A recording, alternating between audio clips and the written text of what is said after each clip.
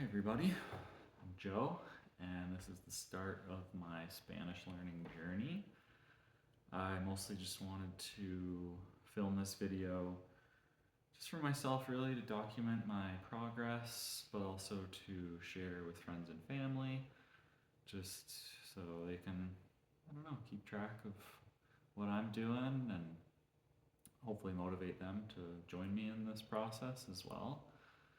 So I've been doing this for I think about a month now, and my main method that I'm doing is the Dreaming Spanish app. And so if you haven't heard of that, that's just a platform where there's just tons of videos for what's called comprehensible input. It's just basic Spanish videos where they talk clearly and slowly, and the difficulty kind of ramps up over time. And they kind of have a whole guide and philosophy, and there's different levels to it. So level one is kind of once you get to 50 hours, and there's different milestones. I think 150, 300, 600, 1,000, 1,500, and their idea is once you get to these certain levels, there's different things that unlock for you, like different speaking ability and listening ability and whatnot. They really recommend to hold off on speaking and reading until I think 600 or 1,000 hours or something like that.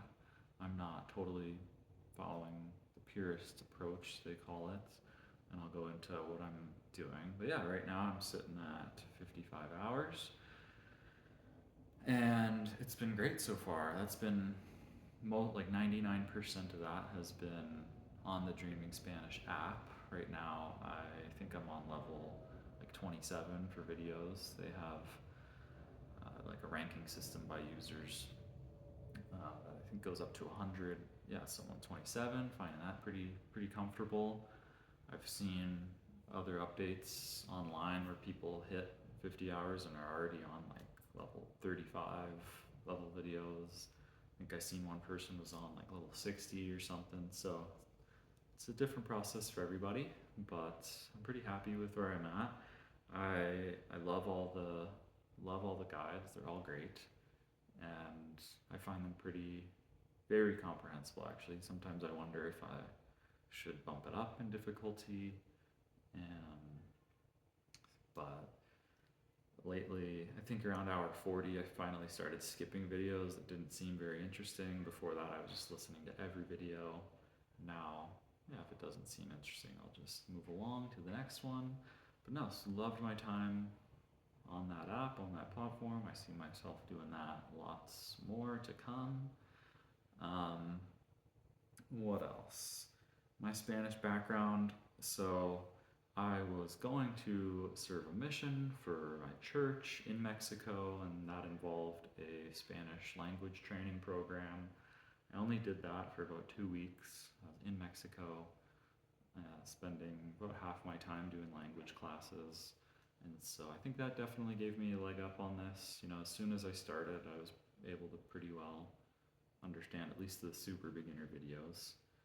And but again, that only lasted for about 2 weeks before I kind of had a change of plans there. Didn't end up continuing. So those 2 weeks of Spanish instruction in Mexico, plus before that to prepare, I did memorize like the top 600 Spanish words, and also did a pronunciation trainer where you'll hear one sound, and you kind of have to say which one it is, or just you'll hear a word and say how it's spelled, stuff like that. So I did pronunciation practice, which I think paid off really well. When I was in Mexico, everyone was saying, wow, how do you pronounce all this so good? So I think that was worth it. And then, yeah, I did the 600 top words. I did, it wasn't Anki at the time. I made my own physical flashcards, and then used the spaced repetition, what would you call, algorithm, where I just put in different boxes. I read, what was that called? Fluent Forever growing up, and I kind of used their system. So yeah, that's my baseline of Spanish. Hard to say how many hours or how quantifiable that is. But like I said, things were pretty easy for me. Still are, I'd say, pretty easy. I wonder if I should bump up the difficulty of the videos, just because they do seem very easy. But I like where I'm at, and I like where the videos are, so it's been good. My plan going forward, now that I've hit 50 hours, I'm going to start doing some more podcasts. As of saying that, I've already started the Quentame podcast, which I probably listened to like 4 or 5 of them, and that's awesome. Some of them I understand really well, others are a little bit harder. And I love how she does it slow at first and then picks up the speed. So that's been great. I'm gonna probably try out other podcasts now too, see how that goes. I want to try reading. One of my biggest goals for this is reading. I know the Dreaming Spanish roadmap doesn't recommend reading because it says, you know, you don't know how things are pronounced and you might get some things stuck in your head that are wrong.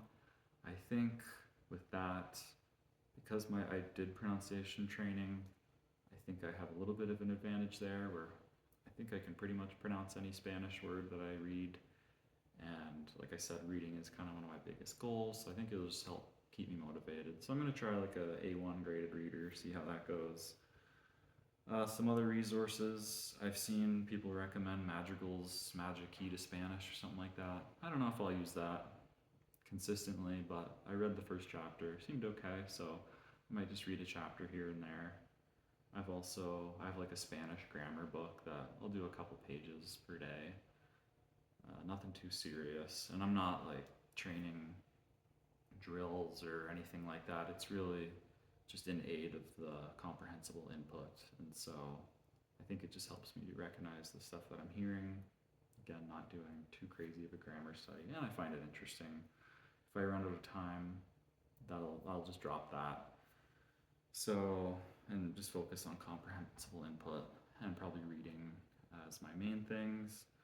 I do want to start speaking earlier too than the roadmap. I've got some Spanish friends that would love to start chatting with me in Spanish. And AI has come such a long way these days too, where there's lots of options to just speak with AI, kind of at the beginning stages when it's kind of scary. What else do I have here that I wanted to touch on? So I guess I'll just talk about why I want to learn Spanish. Like the biggest thing is just the culture. I think it just unlocks human connection with people that you wouldn't have otherwise. You know, I have this dream of traveling Latin America, Mexico, especially, and just getting to know people and trying the food and just kind of immersing myself in the culture. That's a big thing for me. A big part of this too is I just want to challenge myself. I don't want to die monolingual, and so I think this is a good challenge. It's been genuinely enjoyable so far, and I think it'll just keep my brain sharp, you know, hopefully. Love learning. What else? I want to read, like I said, I want to read lots. I want to read the great Spanish literature, you know, 100 Years of Solitude, Ficciones, that kind of thing. I think that would just be awesome. We'll see how long that takes me.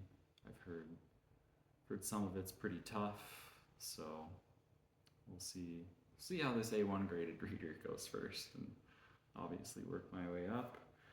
What else? My wife her family has Spanish roots, and so I would love to kind of bring that back, bring the language back, bring the culture back. It wasn't, you know, passed along just because of just different, I guess, cultural context, racism, stuff like that. English was preferred, and so yeah, I'd love for the family to just kind of embrace the language again.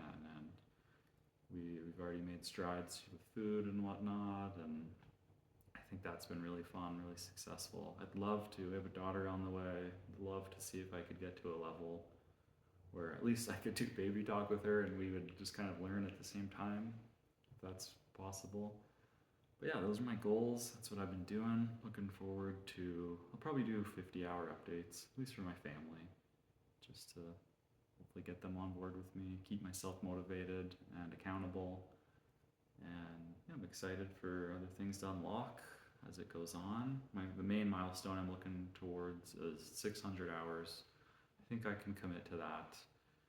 You know, if I do 2 hours a day, that'll get me there about a year. If I can only do 1 hour a day, obviously 2 years. I think that's manageable. We'll see where I'm at. I think the roadmap says something like you can understand a patient native speaker and get your point across. And I think those would be two of my huge goals for that. So hopefully we can get there. And yeah, this has been great so far. Looking forward to the next 50 hours.